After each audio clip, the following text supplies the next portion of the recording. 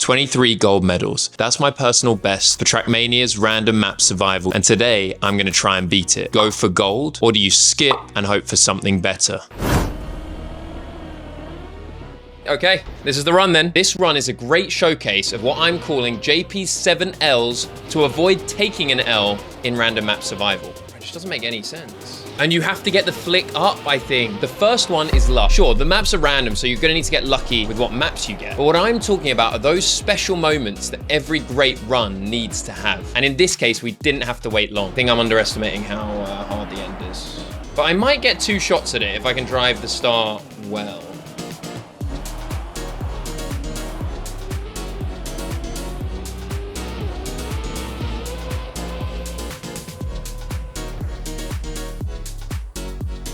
They're calling me Clutch Daddy-O. Gold 4, I was clearly delirious with my hot start. Oh my God, I'm bad. Okay, it's fine. I'm bad, you know it.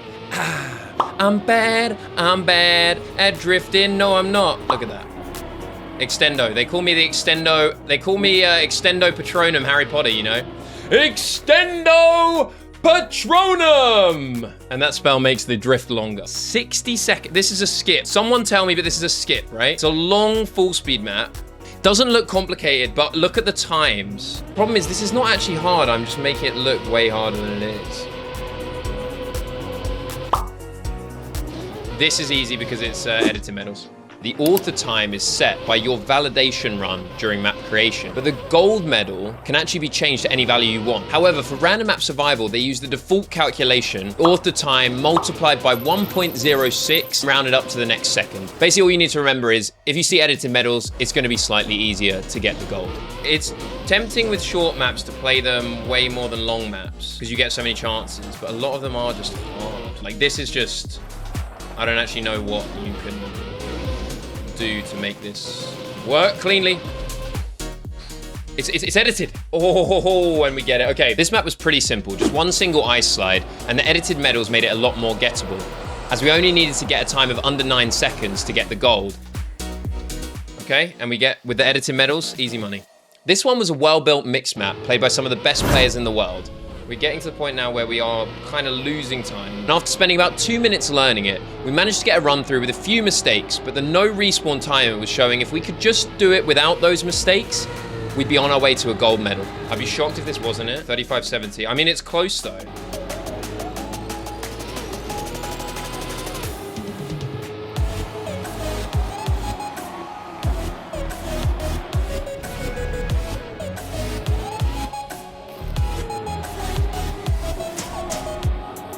Okay, nice, that's way faster.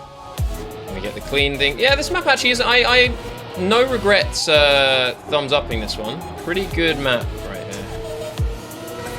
All things considered. This was an interesting map, clearly intended for weekly shorts. You have to take the one central ring, followed by one of the gate checkpoints, and then head to a finish. It's probably this way, isn't it? Oh yeah, easy. There's a cut through there. 9,000's between me and glory.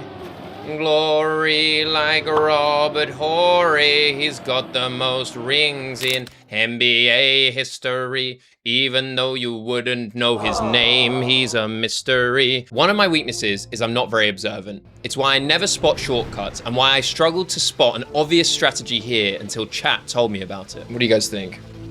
Bounce me? 42 seconds. And this brings us to L number 2, listening. I might not be able to spot the shortcuts and strategies, but when my community spot them, it's important that I'm there to listen. Guys, I know I'm bad at reactive, but we can actually take the finish on the ground. Lol, didn't even see that. Thank you guys, thank you. Oh, it's right here.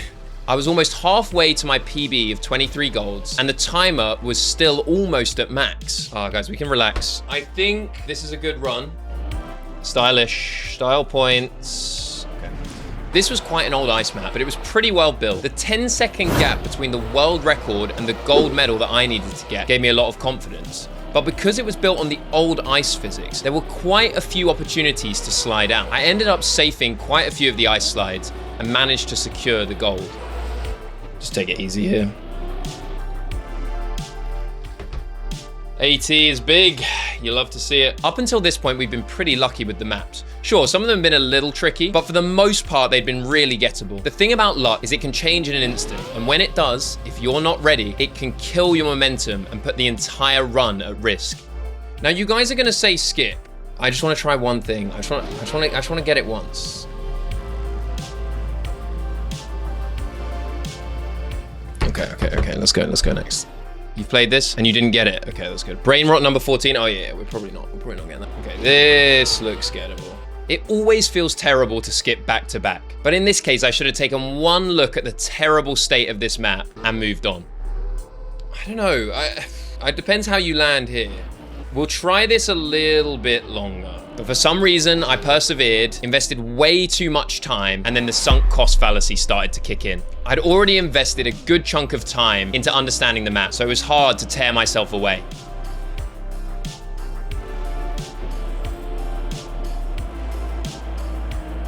Is this a skip, by the way? This brings us to JP's keys number 3, leaving. It's important to know when to cut your losses and get the hell out of there. Oh, there's no way. We skip this. We be sensible because we're unlikely to get back to that max. Now, I've said that one of the strengths of playing Random Map Survival on stream is that I can lean on the combined knowledge of everyone watching. However, it's also important to know when to ignore what they're saying and go with your gut. Insta right after CP2. 1, 2. Are they saying what they would do to go as fast as possible? Or are they letting me know what's best for me to do to get the gold medal? Yeah, I think it's just... Right, exactly. If we do the cut, it might be making things harder. I think I might need to adjust this tip.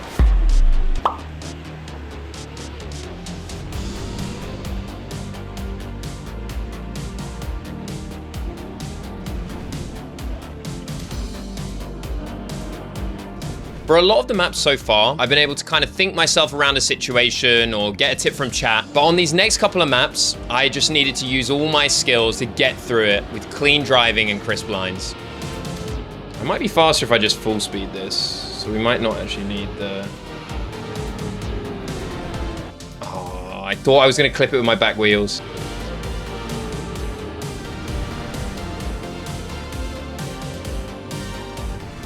There we go. Okay, this one would be a good one to get quickly. Oh, I'm wasting so much. I've wasted 3 minutes on this short map. Some maps are gonna require all your skills to get the gold medal. No tricks, no tips, just clean driving and precise lines to get the gold. This brings us to the next L, knowing when to lock in. I should have gone middle.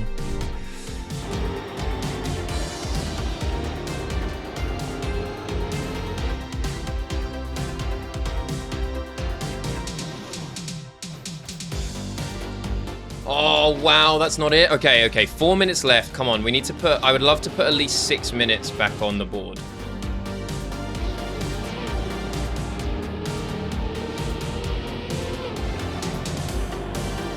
Oh, look, you can be so aggressive and then you can take this full speed. This is actually a cool map. It's a cool map. Honestly, f*** it. Let's just, do we watch the GPS? Just take a little break.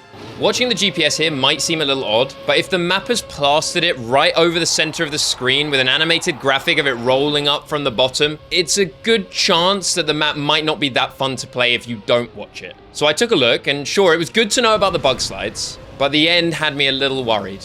What does he mean, enjoyable finish edition?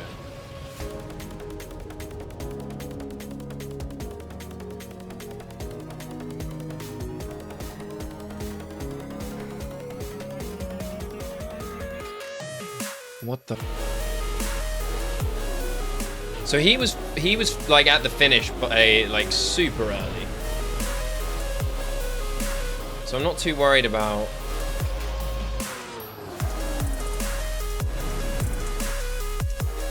Honestly, pretty clutch one. I'm gonna pause the timer. Okay, so let's take a look at where we're at. We've got 16 gold medals, over 8 minutes left on the timer, and we've only used 3 skips. So yeah, I would say I'm feeling pretty confident. We're only actually about 7 golds away from tying our PB. So let's see if we can actually make it happen. This is a cool map. Immediately, I'm like, yeah, some really interesting turns. As a lover of tech maps, it can be quite hard to tear yourself away from a good one. However, this can be a trap, as a well-made map doesn't necessarily mean it's easy. I'm not gonna go, no, I was gonna go for the cut, but that was more for the jokes and for the memes. In this case, I actually had nothing to worry about, but the next map was also well built, but it had a sting in its tail. Vanilla, traditional, speed tech map. Once again, it ticked all the right boxes. Cinematic intro, good signs, but thank God it also had the third sign of a good map, a GPS. Give me a GPS look. Give me a short GPS watch. After about 20 seconds of watching clean, fast drifts joined together by difficult transitions, I made the safe call and decided to skip. I honestly, yeah. This is where the next L comes in, limitations. Random Map Survival is about just that, survival. There's absolutely no shame in skipping a tough map, moving on, and living to fight another day. And that's why you skip, because you get easy tracks like this. This should be like under a minute, should put some time back on the clock for us. Oh, why is this taking so long? We've actually lost time on this map. This map was deceptive. It was short and it didn't look too difficult, but some of the awkward transitions just made it really hard to judge. We've got a good start though. I have the knowledge. Okay, and I'm not using it apparently.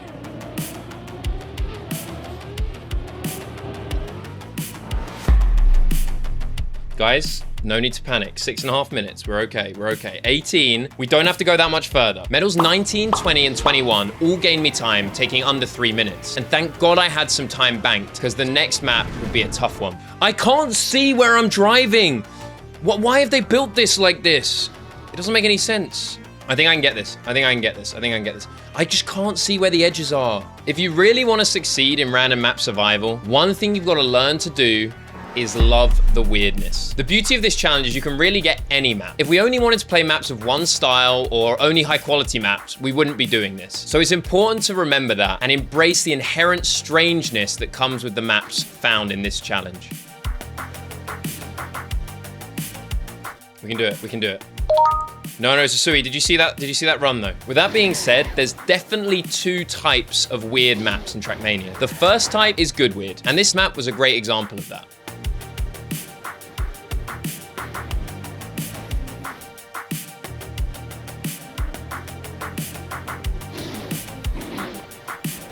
Yes! Yes! Yes! Come on, one away from PB, let's fucking go. The next one is definitely bad weird. Again, it's using camera changes, but it's not trying to be an enjoyable experience. This is fucked up. But in the same way that a map being enjoyable to play doesn't make it easy, a map that's annoying to play doesn't need to be hard, especially if you can stay on top of your frustration.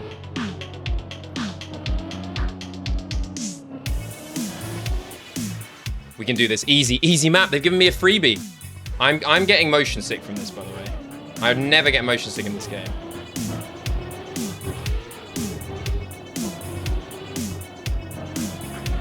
And just like that, I'd match my PB. But the real prize isn't just matching what you've done before, it's doing better. I'd put myself in a great position to do just that. Well, this is it, guys.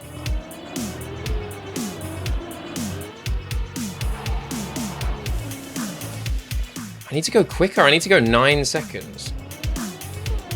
It's not over. I don't know what the play is here. I've got 7 minutes to figure it out though.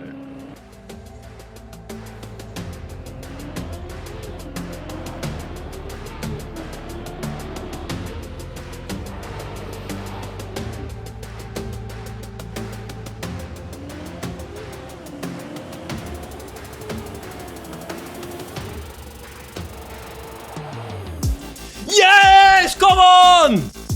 6,000s, baby! It's all we needed! Come on! Come on! That's the PB. Wow! If there's one thing I've learned from playing Random Map Survival, it's that randomness can cause many different emotions. You can either shy away from it and attempt to control everything in your life, or embrace it and accept that many of life's greatest moments arrive wrapped in uncertainty.